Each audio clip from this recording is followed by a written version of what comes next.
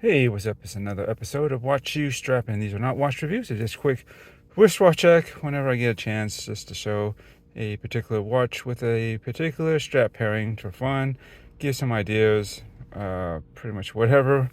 Just something might be fun to check out. In this case, when it's a new watch, we'll show it on its original strap option first, then move on from there in subsequent videos just to show some pairings. And I do have quite a number of pairings that I have in store for this. It should work pretty cool, namely because my other watch that I currently own, the SBDC111, the basically the Green Willard, Captain Willard, has a very similar tone of color. Yeah, I would say that the dial itself between the two are exactly the same, and it's got this nice kind of, I would consider a khaki green kind of color, very military-esque, but it's got this slight bit of radiance to it. Other than that, the lume and accent colors, I guess, to sort of match is a little bit. I wouldn't call it Fotina, but I would say it's what is the word I was trying to use, is a little more aesthetically harmonious. So we say it kind of matches the earthy tones of this particular watch. Even though if it were to be lighter, like the Willard, it'd probably be pretty good too. But I don't mind that it's got a little bit of warmer tones to this, and it still doesn't really affect the lume as all that much that you would think it could. It's still very reactive. It has a nice blue glow, which is kind of surprising, I say. I think in the past, such lume generally will just stay green to be its brightest, but Seiko does a really great job with the lume anyway. So yeah, and I would say that the bezel color, much like the Willard that I was talking to, has a slightly lighter, slightly different green tone to the dial, but it's all right. I would say it's more of an olive color, and of course this one has a on the 0 to 20.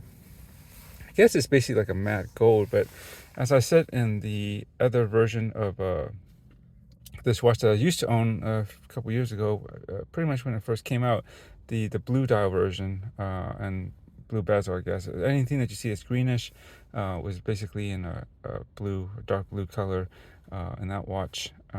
It was pretty cool. Yeah, but like that, I would consider this gold here. It almost pretty much looks like a tan color or khaki color, or not quite sand. Sand's pretty light. I might even consider the lume more of a sand color, but yeah, I would say it's more of a khaki or tan color to that golden part of the bezel, which works fine because this does look, it just matches the overall color scheme and theme. And I realized, I think I missed the motto of this. This is the Seiko Prospex SBDY075, and that would be the Japanese or JDM reference number. As I don't remember what the other reference, I guess, would be the international version, the non-JDM version is. But this one, at least I believe, if you look at the dial, it says made in Japan, which I think the other version may not have. Otherwise, pretty much the same thing, same 4R35 movement. And I do not mind the date at the 4:30. I usually don't. I prefer it like that in some ways. I think they just did it right. They just had it, uh, you know, evenly placed between the 4 and the 5 hour marker, and it's just a cutout with the best. It's not color matched, but at least it's better than a white background and black text in this case, since the dial is more darker than it is light. So it basically disappears to the background, and you got other things. I mean, it's a nice green dial, and on the dial itself, I think the hands and especially the indexes have a nice frame, and they look applied, although I believe they're not actually applied, but I would just call them applied because that's the look. And who cares if they really are or not? It's just, it gives a certain effect, and all that, just those come to the forefront, and then helps push that date window to basically the background. And I think either way, if you put a date window, it could lose some symmetry, but at least in the daytime, all the markers are visible, as well as in the night, in the dark, where you're just looking at the loom. You don't have a missing index at the 3. If it were to be at the 3, I prefer, you can still see all the indexes, and it will look pretty symmetrical. And overall, the look of the watch is very symmetrical too. The dial, the chapter ring, and overall it's been pretty aligned too. Maybe I think the chapter ring could be slightly off, but I think I've seen much worse. And overall, my eyes are not ever drawn really to anything that looks like, oh yeah, that part is always gonna look like it's off to me. Like so there are some things, details that on certain watches that will always pop up as being, it's like once you know it's there, you'll always see it. But I know that there's some spots that aren't 100%. It's maybe like 98 or 99% there or so, but close enough. And overall, the overall look, like when I look at the chapter ring to the the bezel to the chapter ring to the dial, everything kind of coming in and out of there. If you're trying to look at the alignment of everything, they pretty much match up. And that's good enough for me. I would say it's definitely aligned more than not aligned. And I just love the Tuna model here. In general, if you see my channel, I've gone to a lot, and I've been trying to find the perfect one. And I thought the blue version that I last had, it's an actual 300-meter Tuna, SBDN 043, if I'm not mistaken, would have been it. Just a classic, using this real tried and true 7C46 quartz movement, which is specially designed just for the tunas, and it's accurate, and it's got that classic size and everything. But if I'm being honest, let me just adjust something here. I do think these, some call it Urban, some call it Street Tunas, and this, by the way, this would be these, I think it's been known to be called the Safari Green, or Green Safari color. Yeah, these ones that are in the 43 millimeters, I think are pretty perfect in size. They're basically a 43 millimeter round. They were much smaller than you would think a 43 would be. You could put this up next to a, 42 or even a 40 millimeter watch. It looks about the same, if not even slightly smaller than that. Look at my unboxing video. I compare it to the Green Willard, the SBDC111, as well as a Zodiac Super Seawolf, which is in 40 millimeters.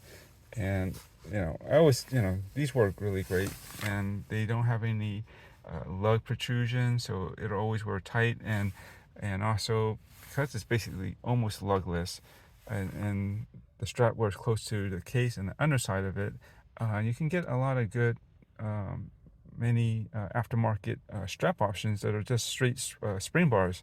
You don't have to worry about only being able to find, if you can find, fitted end link bracelets, for certain watches. This one, no problem. You just put a straight end link of basically any watch bracelet design of your choice, and it'll fit.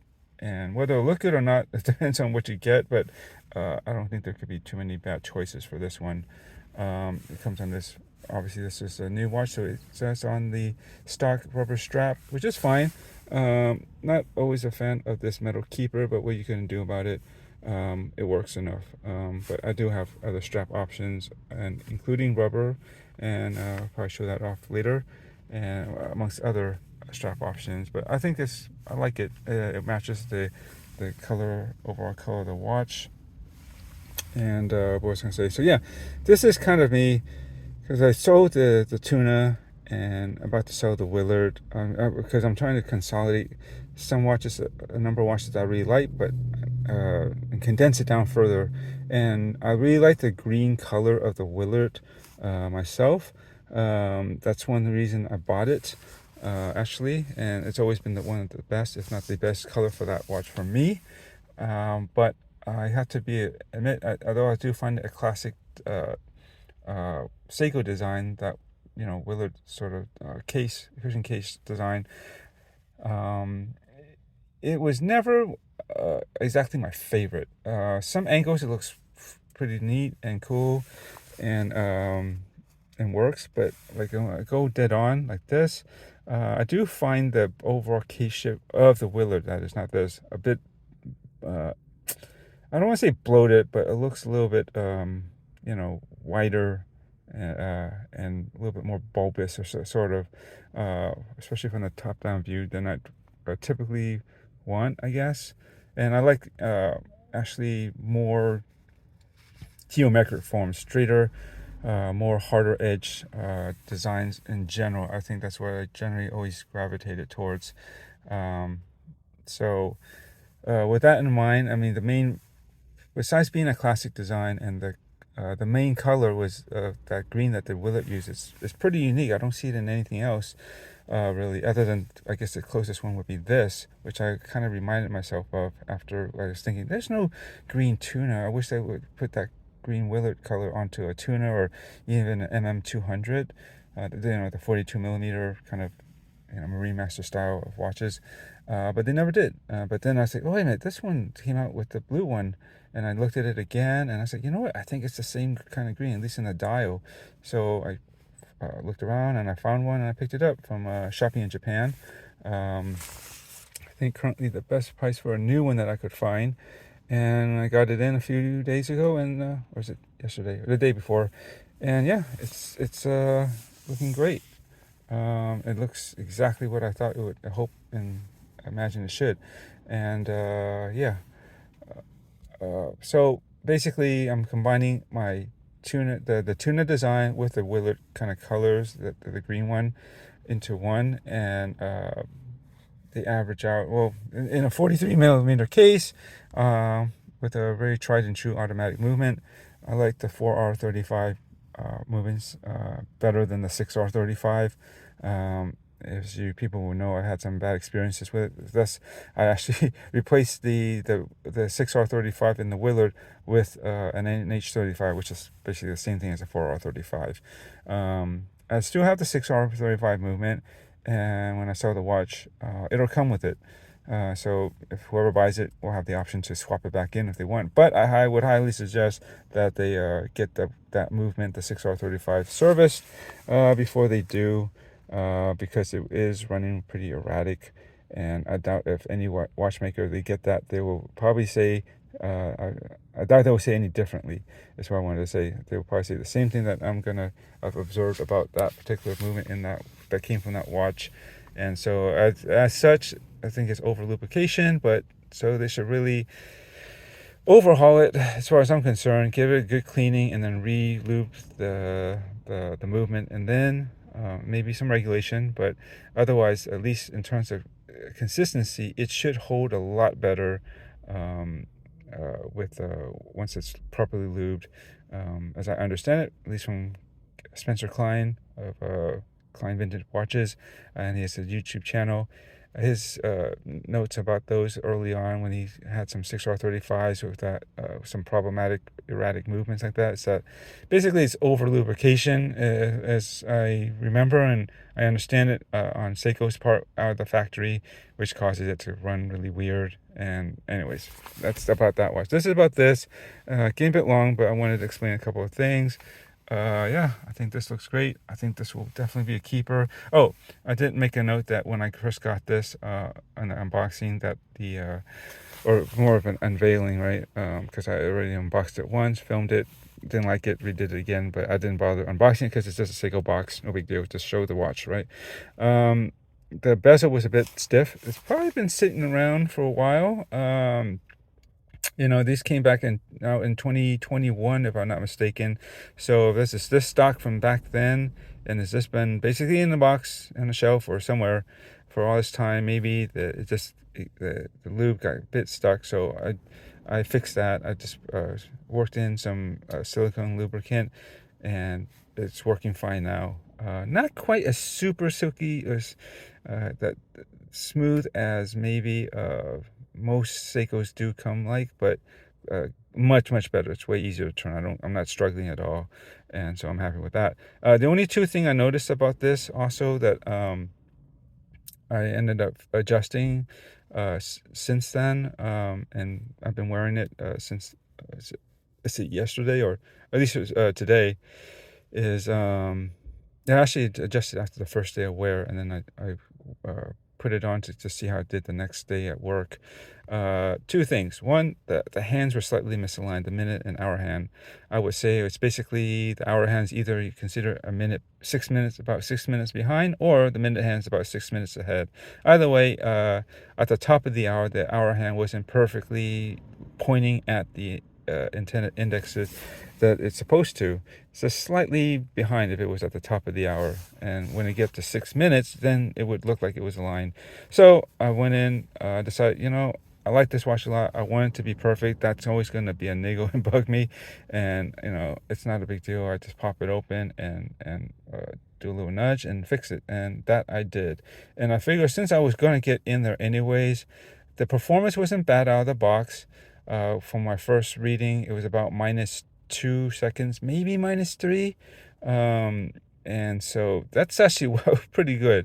But I figure I could do better, and see if, since I'm in there, maybe I'll just adjust it and also put in the time graph to see how it's doing. The beat error seemed to be about off by about 0.6 or 0.7. Not super terrible, but it could be better. So I adjusted that first to zero that out. I think it's hovering around 0 or 0.1.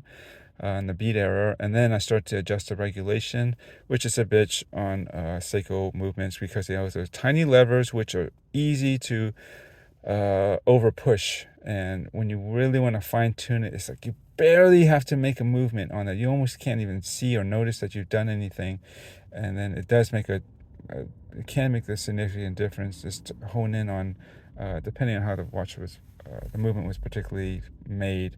Some are a little bit easier than others, but this one was tricky. That's why it took me a few hours actually to finally get it into where I wanted it. But it wasn't like in this top. I always adjust for this position and this position, 12 down, or dial side up. Those are the most common positions, right? You're going to look at your watch, you're going to lay your hands down like this, or you're going to be doing something as well, and like driving, holding things. I hold things a lot. It's going to be in one of these two positions.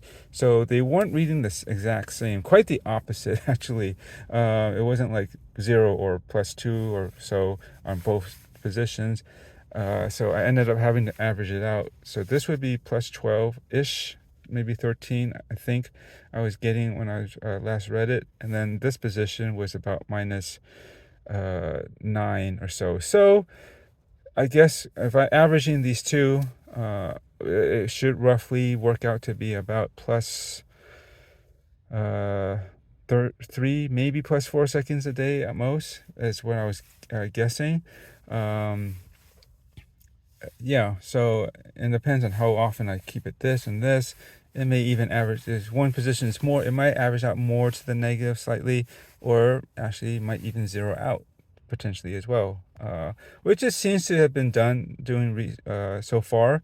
At the end of the first test day, I was only getting about I went from -2, maybe -3. I think it was basically -2 to before I adjusted it to +2 seconds the last time I checked. But then this morning, woke up, and depending on if I've been resting, it starts to, I think, lose time a little bit more because of my hand position. So it actually zeroed out this morning. So we'll see at the rest of the day. But that's fine. I mean, that's what the time graph shows, is what you can kind of get a reading in static positions. But I always check for and all my watches, I always, whenever I wear them, I just put them on an app and record how they're doing, and that'll give me a good sense of where it's at. And so far pretty good. I'm pretty happy with the adjustment. Hopefully it'll hold, and over time still average out to the deviation that I prefer over something else.